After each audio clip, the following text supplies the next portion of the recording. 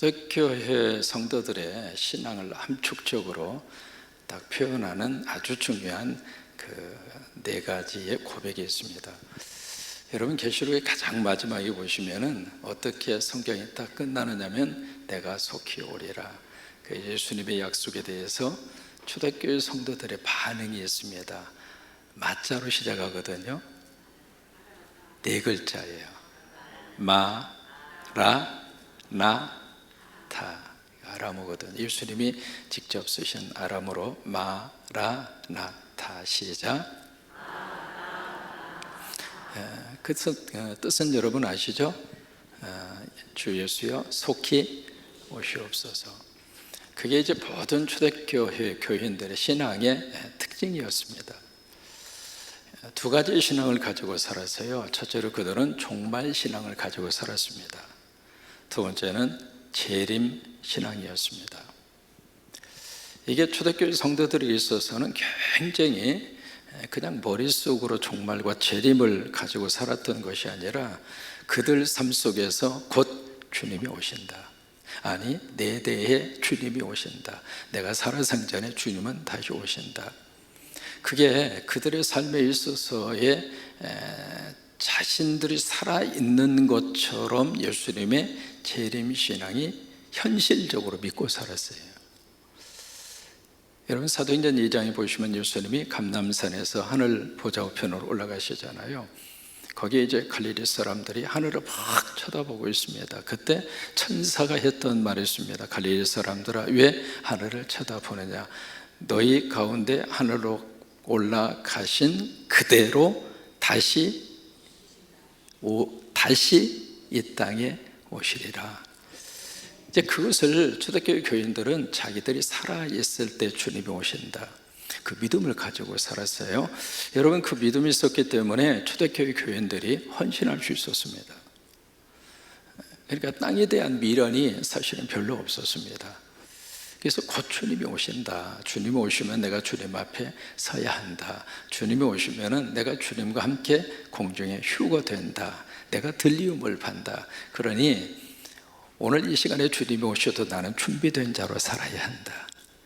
아멘. 오늘 저녁에 주님이 오셔도 나는 주님 앞에 부끄러움 없이 서야 한다.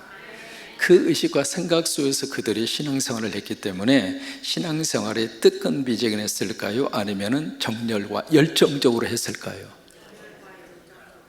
초대교회 신앙의 특징을 우리가 거기서 볼 수 있습니다. 그런데 한 가지 문제가 있어요. 바로 뭐냐면 살아생전에 예수님이 오실 줄 알았는데 기다리다가 점점 이 세상을 떠나는 성도들이 생긴 거예요. 거기에 대해서 교인들이 질문을 던집니다. 그렇다면 예수님이 오시기 전에 돌아간 교인들은 뭐냐? 살아생전에 주님 오신다고 믿고 살았는데 그 오시는 주님을 보지도 못하고 이 세상을 떠나는 교인들이 있는데 그 교인들에 대해서 우리가 어떻게 이해하느냐? 거기에 대한 질문이 제기가 됩니다. 그 질문을 받고 사도 바울은 오늘 성령의 감동으로 데살로니가 교인들에게 편지를 씁니다. 여러분, 오늘도 우리들 속에 그런 질문이 있을까요? 없을까요? 질문이 있어요. 오늘 말씀은 거기에 대해서 답을 주고 있거든요. 뭐라고 답을 주시고 있는가? 자, 13절입니다. 시작. 그렇게 계속 말씀을 드렸는데 자매들을 빠뜨리면 얼마나 시험됩니까? 오늘 저녁에도 형제가 많이 왔어요? 자매가 많이 왔어요? 자매가 훨씬 많이 왔어요. 형제 자매들아, 그렇게 다시 읽으시기 바랍니다. 시작. 형제 자매들아, 자는 자들에 관하여는 너희가 알지 못함을 우리가 원하지 아니한다. 자, 여기에 자는 자들에 대해서 너희가 알기를 원한다. 여러분, 여기서 말씀하고 있는 자는 자가 누구일까요? 침대에 누워서 지금 주무시고 있는 분들, 예배 시간에 와야 되는데 지금 일찌감치 지금 침대에 들어가서 주무시고 있는 분들, 그분들에 대해서 알기를 원한다, 그 뜻인가요? 여기 그럼 자는 자가 누구예요? 여기서 이제 돌아가신 분을 지금 죽음을 오늘 성경은 뭘로 표현해요? 잠으로 표현하고 있는 겁니다. 그러니까 이게 형제 자매들아, 다시 말해서 데살로니가 교인들아, 다시 말해서 성도들아, 지금 잠들어 있는 사람들, 죽은 자들에 대해서 너희가 알기를 원한다, 그 말이거든요. 그러니까 성경은 여기에 죽음을 뭐라고 표현하고 있는가? 잠으로 표현하고 있습니다. 이것은 예수님도 똑같이 죽음을 뭘로 표현하고 있는가? 잠으로 표현해요. 나사로가 예수님이 늘 함께 했던 베다니 집에 신방도 많이 가고, 그때 나사로가 병 걸렸잖아요. 근데 이제 예수님이 나사로 집에 갔을 때 이미 나사로가 죽었어요. 그래서 장례식까지 다 끝냈어요. 근데 그 소식을 듣고 나서 예수님이 그쪽으로 가시면서 그렇게 이야기합니다. 내가 나사로를 깨우러 가노라. 내 친구 나사로가 잠들었도다. 내가 가서 깨우러 가노라. 그렇게 말씀을 하고 있거든요. 근데 여기 나사로가 잠들었다, 그 이야기는 나사로가 죽었다, 그 말이에요. 또 하나, 백부장의 그 야이로의 딸, 회당장 야이로의 딸이 죽었어요. 죽었는데 예수님이 그 야이로의 딸의 죽음을 뭐라고 표현을 해요? 저가 잠들었다. 그러니까 지금 예수님은 여기에 죽음을 뭐라고 표현하고 있는가? 잠으로 표현하고 있는 겁니다. 이게 성경에서 말씀하고 있는 죽음에 대한 이해입니다. 자, 보실까요? 그러면 죽음하고 잠하고 무슨 관계가 있어요? 여러분, 주무시면은 물론 뇌라든지 모든 신체 기능은 움직이고 있습니다만은 우리들이 잠을 자는 순간에는 인지 능력 자체가 어떻게 될까요? 이렇게 표현해 볼까요? 잠에 푹 빠진 사람은 땜에 가도 알아요, 몰라요? 몰라요. 왜 그럴까요? 잠이라는 게 그렇다는 거예요. 죽음도 지금 그렇게 해석을 하고 있는 거예요. 죽음과 잠이 유사성이 있다고 하는 거예요. 여러분, 우리들이 잠들면 활동이 스탑이 돼요? 아니면 활동이 계속됩니까? 뇌가 움직이겠죠. 장기가 움직이겠지만은 우리의 활동 자체가 뭐예요? 멈춘다, 이 말이에요. 죽음도 마찬가지입니다. 이제 그런 의미에서 예수님은 이 죽음을 어떻게 해석하고 있는가? 잠으로 해석하는 거예요. 그러면서 왜 잠으로 죽음을 해석하는가? 여기에서 바로 크리스찬들에게서의 죽음에 대한 새로운 이해입니다. 그래서 여기 데살로니가에 있는 이 성도들에게, 성도들아, 자는 자들에 관해서는 좀 알아라. 저는 여러분이나 죽음의 주제처럼 가장 무거운 주제가 없습니다. 우리가 죽음에 대해서 알고 있는 것 세 가지 있죠. 우리가 뭘 알아요? 반드시 한 번은 죽어요. 두 번째, 홀로 죽어요. 여러분, 아무리 친한 사람이랄지라도 손 꼭 잡고 같이 가자고요. 천만의 말씀, 같이 갈 수 없는 길이 그 길이에요. 세 번째로 우리가 뭘 알아요? 아무것도 못 가지고 가요. 좀 가지고 갔으면 참 좋겠는데, 그거 그냥 얻느라고 그렇게 고생했는데, 아파트 사느라고 너무 고생했는데 아파트 좀 짊어지고 가면 얼마나 좋을까. 근데 우리가 죽는 순간에는 아무것도 가져가지 못해요. 인정하십니까? 또 하나, 죽음 대해서 우리가 모르는 거 있습니다. 언제 죽을지 몰라요. 인정하시죠? 어디서 죽을지 몰라요. 바로 예배 드리다 가시면 최고로 행복하죠. 물론 이제 담임 목사가 좀 복잡하겠습니다만은 그거야 뭐 그거 알아서 할 문제고, 예배 드리다가 아멘 했는데 그냥 하나님이 부르셔서 가요. 세상에 그것처럼 기쁘고 행복한 게 어디가 있어요. 설교자 입장으로서는 설교 팍 하다가 여기서 팍 하고 쓰러져서 갔어. 설교자 입장으로서는 최고로 행복한 거죠. 빈말이 아니에요. 사람은 어디서 갈지 몰라요. 세 번째, 뭘 몰라요? 어떻게 죽을지 몰라요. 사고로 세상을 떠날지, 술을 누리고 병상에 누워있다가 세상을 떠날지, 어떻게 우리가 이 세상을 떠날지 모르거든요. 근데 이 죽음에 대한 주제가 참 우리들을 무겁게 합니다. 무겁게 하는데 오늘 예수님은 그 죽음의 주제를 어떻게 지금 끌고 가는가? 죽음은 잠이다. 왜 그럴까요? 여러분, 잠들어 있는 사람은 일어나요, 안 일어나요? 오늘 저녁 여러분 집에 가셔서 주무시면서 내일 아침 나 못 일어날 거야, 그 믿음으로 주무시는 분이 있습니까? 그러니까 저녁에 잠자리에 탁 들어가면서 우리가 어떤 기도를 하느냐면, 주님 오늘도 숙면을 취하게 하옵소서. 여러분요, 복 가운데 최고로 좋은 복이 잠복이에요. 그래서 내가 사랑하는 자에게는 뭘 줘요? 잠을 주시는다. 이 시간에도 여러분 복 받으셔서 주무세요. 다. 전 설교 시간에 주무시는 거 절대로 뭐라고 안 해요. 잠을 자는 순간에 하나님이 우리를 만져주세요. 잠자면서 사람은 치유를 받아요. 아무리 골치 아프잖아요. 몸도 마찬가지예요. 감기 몸살 걸리잖아요. 그러면 잠 푹 자고 나면 몸이 가뿐해지면서 회복이 돼요.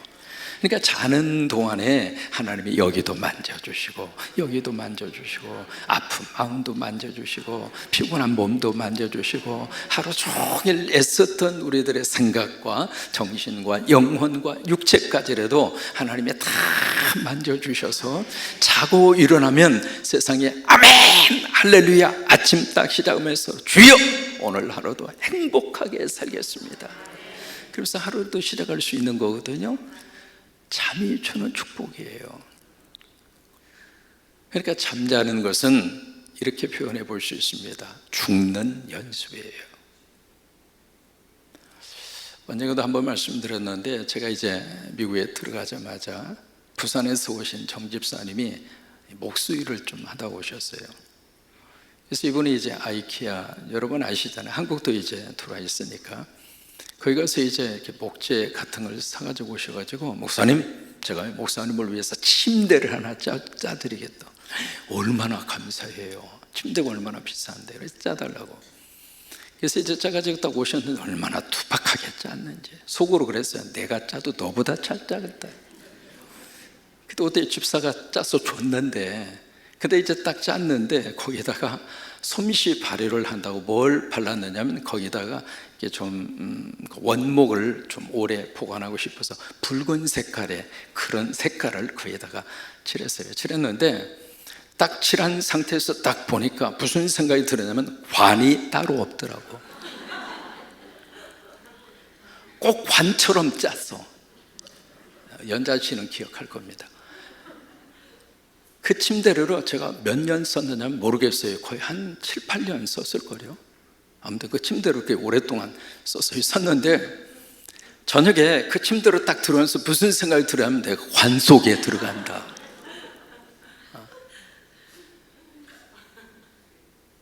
실제로 그런 느낌이 들 정도로 침대를 그렇게 짜서 줬는데, 관 속에 딱 들어갔다가 아침에 딱 일어나면서 내가 다시 살아나는구나. 근데 이게요, 영적으로 은혜가 되더라고. 난 저녁에 죽었다가 아침에 부활한다. 여러분 그렇잖아요. 잠이라고 하는 것은 죽는 거예요. 죽는 거예요. 근데 이제 예수님은 이 죽음 문제를 이렇게 해석해 나가는 겁니다. 왜 잠에다가 포커스를 둘까? 잠자고 있는 동안에는 하나님이 역사하신다. 우리가 죽어서 사라지고 없어지는 것이 아니라 그 동안에는 하나님의 영역이다. 우리가 자고 있는 동안에도 그렇잖아요. 자고 있는 동안에는 내 영역이 아닙니다. 하나님의 영역이에요. 하나님이 우리 심장을 뛰게 해주시고, 하나님이 잠을 자게 해주시고, 아무튼 성광교회 교인들은 그냥 베개만 자면 다 주무시라고. 이게 하나님의 영역에서의 축복이잖아요, 이게. 그러니까 이게 죽음이라고 하는 영역을 그렇게 해석해 나가는 거예요. 그러면서 마지막 우리가 아침에 일어나는 것처럼 죽는 자들이 부활할 것이다. 왜 여기서는 아멘 안 하셔? 죽는 자들이 부활할 것이다. 아침에 일어나는 것처럼, 아침에 기지를 켜고 침상에서 우리가 벌떡 일어날 수 있는 것처럼 죽는 자들이 하나님께서 이렇게 세우셔서 다시 부활할 것이다, 다시 살아나게 될 것이다. 그런 것처럼 침대에 들어가면서 내일 아침을 의심하지 않는 것처럼 우리 예수 믿는 사람은 그 문제에 대해서 분명히 알아라. 그래서 오늘 22, 13절의 말씀이, 그래서 이 말씀이 시작이 되는 거예요. 다시 한번 처음부터 시작.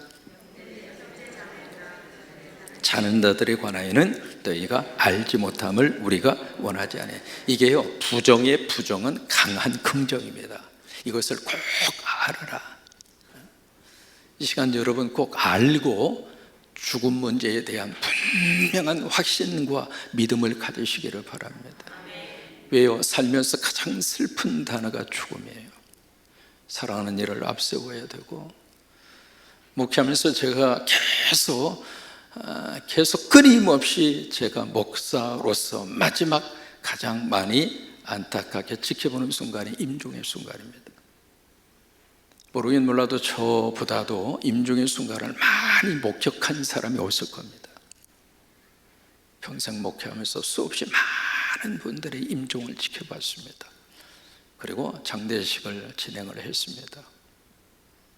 적어도 우리가 예수 믿으면서 이 문제를 분명하게 확신하지 않으면요, 우리가 이 문제에 흔들리면 예수 그리스도의 부활 신앙도 흔들려요. 그래서 오늘 여기에 바울은 성령의 감동을 통해서 교인들아, 이거 분명히 알아라, 이거 분명히 확신하고 가라, 그거예요. 그러면서 그 다음에 뭐라고 말씀을 하시는가? 13절 처음부터 다시 시작. 형제 자매들아, 자는 자들에 관하여는 너희가 알지 못함을 우리가, 이는 소망 없는 다른 이와 같이 슬퍼하지 않게 하려 함이라. 여기에 한 부류의 사람이 등장합니다. 어떤 사람일까요? 소망 없는 사람. 여기 소망 없는 사람은 바로 누구인가? 비신자입니다. 이 죽음 문제에 대해서 이 죽음을 잠으로 해석하지 않는 불신자, 그들에게 있어서는 이 죽음이 바로 뭐가 되는가? 희망이 없습니다. 여러분 그렇잖아요. 우리가 속아 넘어가는 것 중에 하나가 있습니다. 죽으면 끝나지. 맞아요, 틀려요? 마귀와 사탄에게 속아 넘어가는 거예요. 죽으면 끝이 아닙니다. 그러니까 여기에 희망이 없는 사람, 소망이 없는 사람, 그들은 바로 누구인가? 바로 불신자입니다.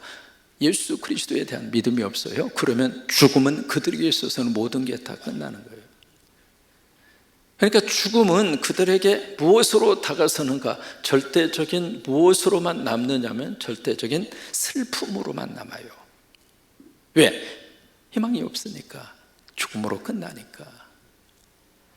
근데 오늘 여기 성도들에게 뭐라고 말씀하시는가? 우리는 그렇지 않지 않느냐? 우리는 이 비신자들이나 불신자들이 가지고 있는 그런 차원으로 죽음을 바라보는 사람이 아니잖아. 그렇다면 죽음에 대해서 좀 정확히 알아야 될 거 아니겠어? 그 말이에요. 이해가 되십니까? 여러분, 그렇다고 죽음 앞에서 눈물을 흘리거나 슬퍼하지 말라, 그런 차원을 말하는 게 아닙니다. 이 슬픔이 너무나 극단적인 슬픔으로 치우친 경우입니다. 제가 이제 LA에서 목회하는 동안에 어느 한 분이 40대, 남편이 40대예요. 몸에 이상이 있어서 병원에 갔습니다. 그 병원을 제가 잘 알아요. 리틀 메리 하스피틀이라고 하는 병원인데, 그 병원에 가서 잠깐 진찰을 받기 위해서 갔는데 거기에 의사의 처방이 잘못됐습니다. 그래서 그걸로 40대 중반의 남편이 갑작스럽게 세상을 떠났어요. 근데 그분이 그 남편을 장례식을 치고 나서 그 장례식을 제가 집례를 했습니다. 집례를 하고 아이가 둘이 있었어요. 고만고만한 그 아이 둘을 남겨놓고 갑자기 남편이 세상을 떠난 거예요. 그래서 장례식을 하면서 나도 그러고 뭐 참석한 분도 그러고 그냥 다 전부 다 울음바다가 돼서 장례식을 그렇게 했는데, 그분이 그 다음부터요, 교회 올 때 검정색 옷을 계속 입고 오시는 거예요. 일주일가 지나가고 2주일가 지나고 3주일가 지나가고, 한 번은 그랬어요. 서집사인데, 서집사님, 그 의료사고로 인해서 남편이 세상을 떠났는데 참 나도 참 마음이 아프고 참 그러는데, 우리가 같이 믿음으로 남편을 위해서 기도했고 장례식을 치루었고 이제 벌써 3년의 세월이 지났다. 그러니 이제는 검정색 옷을 이제 좀 바꿔 입었으면 좋겠다. 그러더니 그분이 그 뒤로도 계속 제가 그 교회에 떠나올 때까지도 검정색 옷을 안 바꿔 입더라고요. 여러분, 슬퍼하는 그 자체가 비성사적이거나 그리고 믿음이 없다거나 절대로 그렇지 않습니다. 아니, 울어야지. 그래 안 그래요? 우리가 말은 호상이라고 합니다마는 부모님 100수를 누리시든 200수를 누리시든 부모는 부모예요. 근데 그 부모가 돌아가셨는데 거기서 무슨 푹치고 장구치고 그러겠어요? 그건 아니잖아요. 그러니까 장례식장에서 우리가 울음을 그리고 통곡을 그리고 슬픔을 그 자체가 믿음이 없는 행위는 절대로 아니거든요. 근데 여기서 말하는 이 슬픔이라고 하는 것은 아무 희망이 없는 슬픔. 그 슬픔은 불신자들에게서 나타나는 현상이라 이 말이에요. 우리는 그래서는 안 된다 이 말이에요. 우리가 죽음에 대해서 두 가지 표현할 수 있는 단어가 있습니다. 하나는 죽음 앞에서 goodbye, 안녕히 가십시오. 그 표현이 하나 있고요. 또 하나 영어로 말하면 see you again, 다시 만나요. 그 표현이 있습니다. 우리 크리스찬들에게 있어서는요, goodbye가 아니라 see you again입니다. 우리 다시 만나요. 그게 크리스찬들의 죽음을 바라보는 성도들의 신앙의 태도라 이 말이에요. 그러니까 다시 만나는데 만나는 그 시간이 언제일지 모르니까 슬픈 거예요. 빨리 만났으면 좋겠는데 이게 언제일지 모르니까, 그리고 이게 육신적으로는 더 이상 만남의 기회를 상실하니까 눈물이 나는 것이고요. 그건 자연스러운 하나의 현상이죠. 그러나 아무 희망이 없는 사람들처럼 극단적인 슬픔 속에 빠져 있다고 하는 것은 크리스찬이 취할 모습이 아니라고 하는 거예요. 그래서 오늘 14절에 그 이유를 설명하고 있습니다. 14절에 여기 이제 13절과 14절을 이어갈 때 영어 단어는 for라고 하는 단어가 들어가 있습니다. 왜냐하면 이라고 하는 이유를 설명하는 조사입니다. 13절에서 이렇게 말씀을 하신 다음에 14절을 가면서 왜냐하면 그렇게 이어지는 거예요. 왜냐하면 거기 이렇게 해석해서 읽으시면 좋겠어요. 우리는 믿는다. 그게 이제 앞부분에 딱 나와 있습니다. 영어를 좀 아시는 분들은 거기에 대해서 for we believe that 그렇게 되어 있어요. 우리는 믿는다. 여기 믿는다라고 하는 말이 우리말 번역에서는 나타나지 않습니다만은 믿을진데 그렇게 되어 있습니다만은 우리는 믿는다. 또 하나 두 번째 우리는 믿는다. 그게 두 번 나옵니다. 그럼 첫 번째, 왜냐하면 우리는 믿고 산다. 뭘 믿고 사느냐? 그게 앞부분에 있는 내용입니다. 예수님이 죽으셨다가 다시 사심을 우리는 믿는다. 아멘입니까? 이게 사도신경이잖아요. 예수님이 돌아가셨다가 다시 사셨다. 우리는 그것을 믿고 산다. 믿어지시면 아멘. 우리가 그걸 믿고 살잖아요. 예수님이 십자가 돌아가셨다. 그런데 그 예수님이 다시 살아나셨다. 예수님의 십자가와 부활, 예수님의 십자가와 부활, 이게 복음의 가장 중요한 본질 아닙니까? 우리는 그걸 믿는 거예요. 바로 그거예요. 그래서 또 하나 두 번째, we believe, 우리는 믿는다. 그럼 두 번째, 뭘 믿느냐? 똑같이 예수 안에서 자는 자들도 하나님이 예수 그리스도와 함께 데리고 오실 줄을 그 다음에 누가 믿어요? 우리가 믿는다. 이게 무슨 얘기냐면 예수 믿다가 잠들은 사람들, 예수 믿다가 돌아가신 분들이에요. 그 돌아가신 분들을 하나님께서 예수님과 같이 다시 살리실 것이라고 하는 것을 우리는 믿는다 이 말이에요. 예수의 부활을 믿는 것처럼 나의 부활도 믿는다 이 말이에요. 우리는 그것을 믿고 있지 않느냐? 그게 우리 믿음의 내용이지 않느냐? 그렇다면 우리가 그 두 가지 믿음을 가지고 사는데, 이게 예수님 잘 믿다가 세상을 떠난 그들이 그것으로 끝이 아니고, 그들이 자고 있는 그들이 언젠가는 예수님이 잠에서 깨어나게 하실 것이고 다시 그들을 살리실 것이다. 그러니 그 믿음이 없는 사람들이 극단의 슬픔 속에 빠져 있는 것처럼 우리는 그런 슬픔에 빠지지 말자.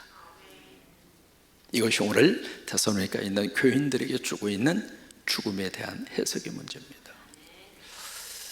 계시록 14장 13절로 한번 가보시겠어요? 요한계시록 14장 13절의 말씀. 요한계시록은 성경 맨 끝에 있습니다. 요한계시록 14장 13절.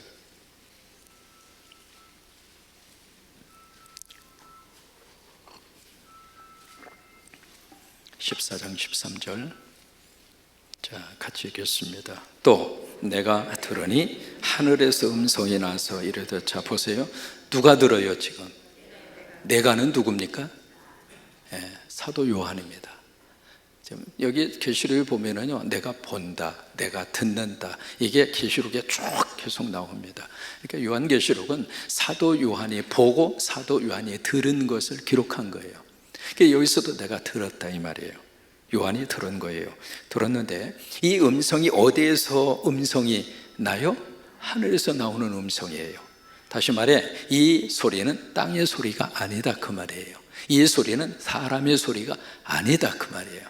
하늘에서 울려 퍼진 음성이다 그거예요. 그 음성이 바로 무슨 음성이냐면 보세요. 기록해라. 중요하니까 이것을 빨리 기록하라 그 말이죠. 이것을 듣고 끝내지 말고 이것을 문자로 남겨라 그 말이죠.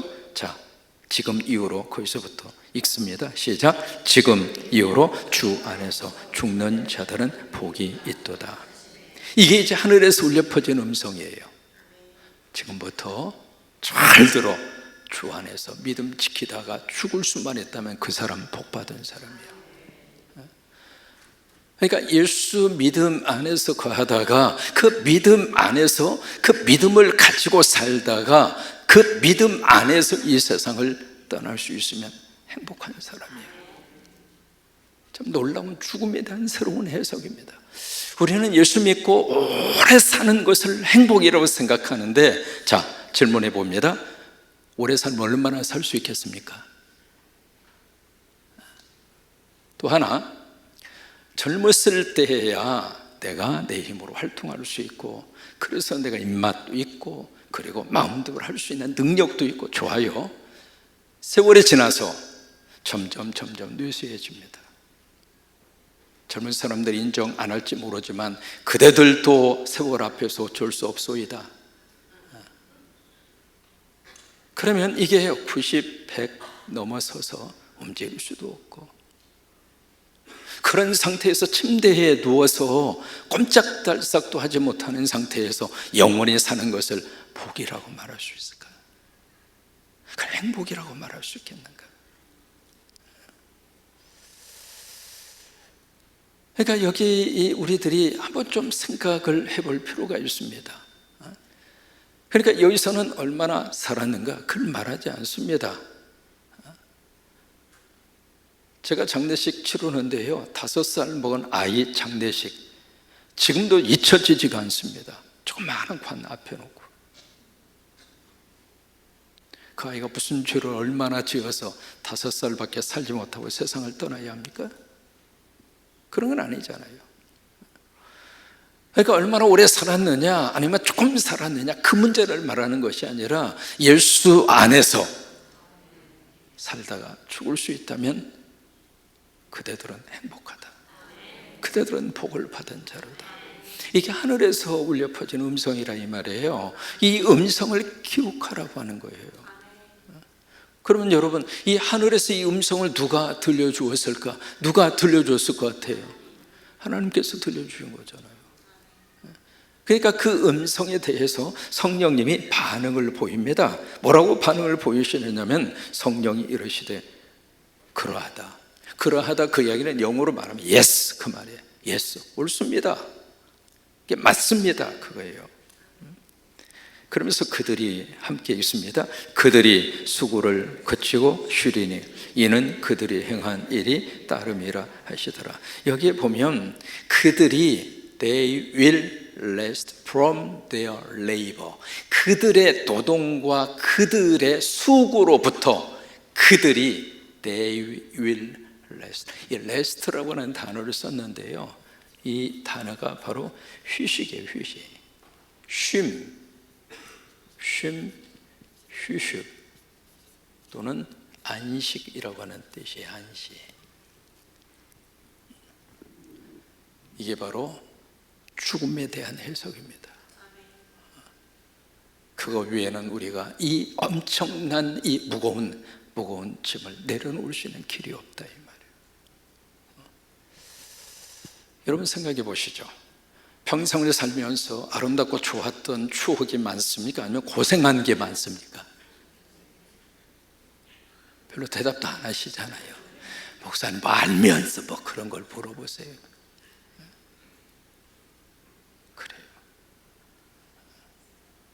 사람이 70이요 간간하면 80이라도 그 수고와 슬픔뿐이니 그것 또한 신속히 날아가나이다. 그러니까 삶의 자리에서 진정한 휴식과 안식을 우리가 무엇을 통해서 얻을 수 있는가? 죽음이라고 하는 거예요. 죽음의 진정한 쉼이고 진정한 안식이라고 하는 거예요.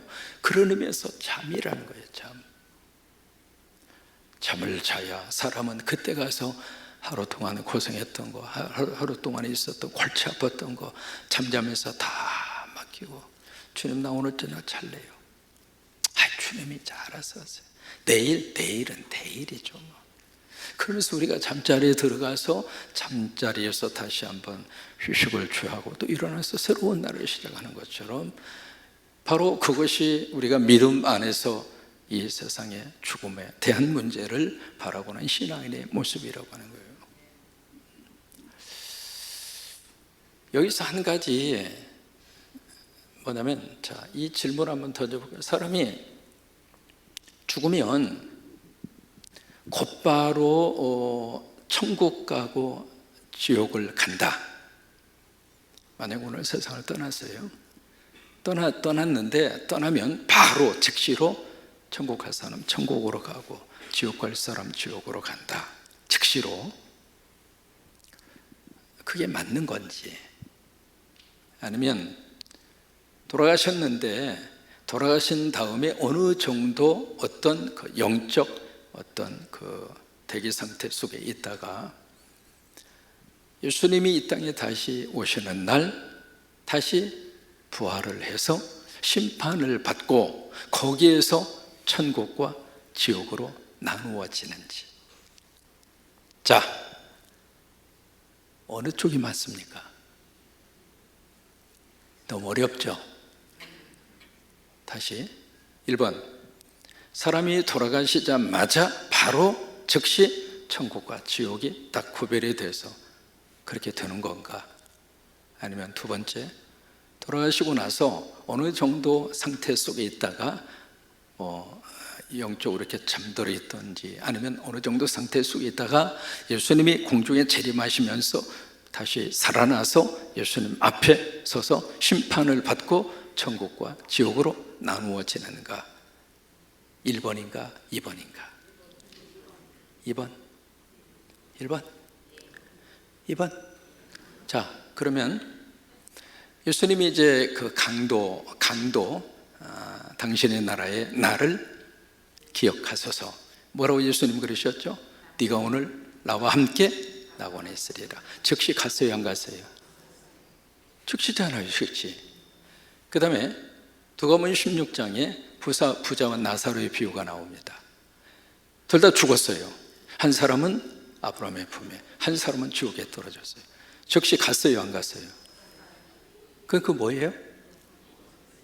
그럼 1번? 그러면 굉장히 헷갈릴 거예요. 왜냐하면 지금 여러분들이 성경을 읽으면서 이게 도대체 뭐야? 한 번 정도는 궁금증을 가진 내용이에요. 이게 말을 안 해서 그러지. 그러면 오늘 성경에 자는 자들에 관하여는 그렇게 오늘 성경 말씀하죠. 여기 자는 자들은 잠자고 있다 이 말 아니에요. 그죠? 그러면 즉시 가고 떨어지고가 아니라 지금 어느 정도 기간을 가졌다는 이야기잖아요. 안 그래? 잠자고 있다가 깨어나서 그 다음에 천국과 지옥이 그렇게 나누어지잖아요. 이게 1번일까 2번일까? 성경에 두 가지가 다 나와요. 돌아가시자마자 즉시 천국과 지옥으로 간다, 그 내용이 있고요. 또 하나, 돌아가신 다음에 어느 정도 시간이 지나서 예수님이 재림하셔서 다시 살아나서 그 다음에 심판을 받고 천국과 지옥이다, 그 내용이 성경에는 같이 나오는 거예요. 그러면 왜 이것이 여기 이제 이렇게 표현해 볼게요. 여기는 즉시, 여기는 시간적으로 인터벌이 있다 이 말이에요.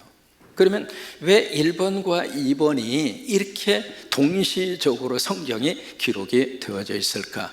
왜 그럴까? 이게 관점의 차이예요. 관점의 차이. 다시 말해서 2번은 바로 우리 입장에서 그렇게 해석이 되는 거예요. 무슨 얘기냐면 지금 예수님 아직 안 오셨잖아요. 그리고 예수님의 심판도 아직 안 이루어졌잖아요. 그러니까 우리 입장으로 보면 먼 미래의 이야기예요. 그렇잖아요? 그러니까 우리 입장에서 보면은 이 죽음 이후에 이 되어져가는 현상들이 2번으로 보여지는 거예요. 이게 아직 미래적으로 그 사건들이 아직 안 일어났으니까 우리 입장에서는 2번이에요. 그런데 이 1번의 입장은 바로 뭐냐면 하나님의 관점에서 보면 즉시 일어나는 거예요. 왜? 영원의 하나님의 시간의 관점에서 보면은 즉시 천국과 지옥이 일어나는 거예요. 근데 이게 틀리고 맞고의 문제가 아니라 관점에서 바라보는 것에 대한 해석의 차이예요. 이해가 좀 됐으면 좋겠는데 좀 이해가 좀 되시나요? 그래서 성경 읽으실 때 사람이 죽으면 바로 천국 가고 지옥 가나, 아니면 죽은 다음에 예수님이 재림하실 때까지 영이 어느 곳에 있든지, 아니면 육은 육대로 이제 흙으로 돌아가잖아요. 그런 상태 속에 있다가 예수님이 재림하신 다음에 무덤문이 열리고 부활하고 그리고 주님 앞에 서서 심판받고 천국 가고 지옥 가는가, 이 두 가지 것이 성경은 같이 있다고 하는 거예요. 좀 이해가 되셨으면 좋겠어요. 네. 자, 그러면서 13절 말씀, 계시록 14장 13절, 성령이 이르시되 그러하다 그들이 수고를 그치고 쉬리니 그 다음에 이는 그들의 행한 일이 따름이라 하시더라. 그들이 뭘 했어요? 예수 믿었다 이 말이에요. 예수 믿은 것에 대해서 하나님이 상을 그들에게 허락하실 것이다. 그러면 예수 믿는 사람들에게 허락하시는 상이 바로 무슨 상일까? 천국의 상이에요. 천국의 상. 저는 여러분이나 부정할 수 없는 이 죽음에 대한 문제, 상당히 무거운 주제입니다만 또 하나 우리가 부정할 수도 없고 놓칠 수 없는 주제입니다. 우리가 믿음 안에서 오늘 여기 테살로니가 성도들에게 주신 말씀처럼 이 믿음의 귀한 역사와 은혜가 다시 한번 마음속에 확실하게 믿어져서 죽음에 대해서 우리가 잘 정리하고 살아갈 수 있게 되기를 바랍니다. 그 다음 절이 바로 예수님의 재림 문제입니다. 재림 문제. 그래서 오늘 이 문제하고요, 이 재림 문제가 같이 연결되는 거예요. 자, 그 문제는 다음 주 수요일 날 보도록 그렇게 하겠습니다.